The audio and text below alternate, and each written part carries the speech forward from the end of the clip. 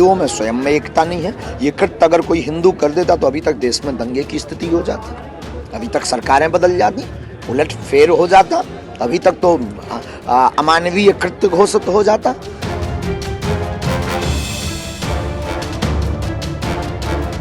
दिल्ली का श्रद्धा murder case जिसने सभी की रूह कांपा दी। इतना खौफनाक मर्डर कि एक लड़की जो अपना घर परिवार और अपनों को छोड़कर एक अपने प्रेमी के साथ दिल्ली आई, उसी ने उसको इतनी दर्दनाक मौत दी कि अब उसकी मौत के बारे में सुनकर भी और सोचकर भी लोगों की रूह कांप जाती है। आफताब ने श्रद्धा के 35 टुकड़े किए और जो भी उसके साथ किया वो आप सभी को पता है, लेकिन लगातार इस पर लोगों की प्रतिक्रियाएं आ रही हैं। अब जिसने प्रतिक्रिया दी है वो कोई छोटा मोटा व्यक्ति नहीं है, उसको आप सभी जानते हैं। हम बात कर रहे हैं बागेश्वर धाम के महंत धीरेंद्र शास्त्री की। जी हां, अब उनका बयान भी सामने आया है और उन्होंने जो कुछ कहा है वो आपको सुनवाएंगे, लेकिन एक बार धीरेंद्र शास्त्री के बारे में आप सभी जान लीजिए। पंडित धीरेंद्र शास्त्री का जन्म 4 जुलाई 1996 में मध्य प्रदेश के छतरपुर जिले के छोटे से गांव ग्राम गड़ा में हुआ था।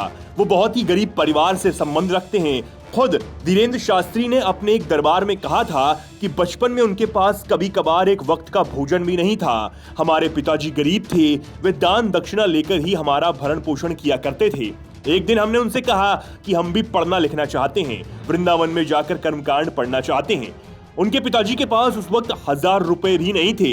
उन्होंने गांव में कई लोगों से उधार रुपए मांगा और मेरे बेटा पढ़ना चाहता है, लेकिन किसी ने उनको उधार नहीं दिया क्योंकि सभी जानते थे कि वो कभी चुका नहीं पाएंगे। धीरेंद्र शास्त्री को आप सभी ऐसे भी जानते हैं क्योंकि वो लगातार सुर्खियों में भी बने रहते हैं।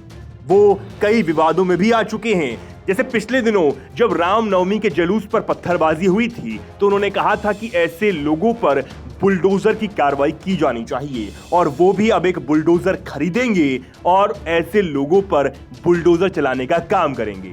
और कुछ दिन बाद हम भी बुलडोजर खरीदने वाले हैं।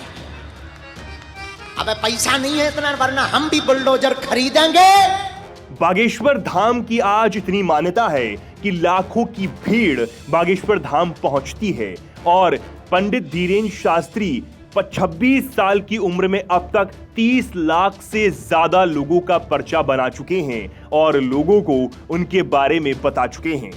लेकिन अब दिल्ली के श्रद्धा मर्डर केस को लेकर बागेश्वर धाम के पंडित धीरेंद्र शास्त्री ने क्या कुछ कहा है। उन्होंने कहा है कि अगर यही काम कोई हिंदू करता तो अभी तक देश में दंगे हो जाते। उन्होंने आगे क्या कुछ कहा अब आप खुद ही सुन लीजिए। हिंदुओं में स्वयं में एकता नहीं है।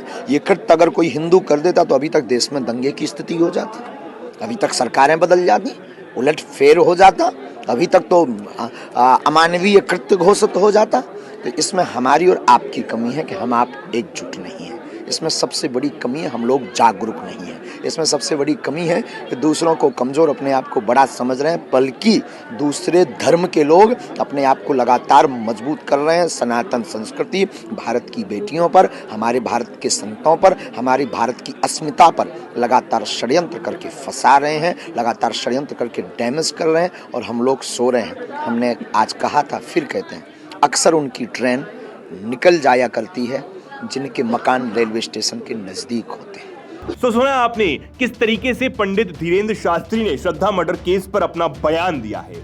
इससे पहले देवकी नंदन ठाकुर जो एक कथावाचक हैं, उन्होंने भी इस केस पर अपनी प्रतिक्रिया दी थी।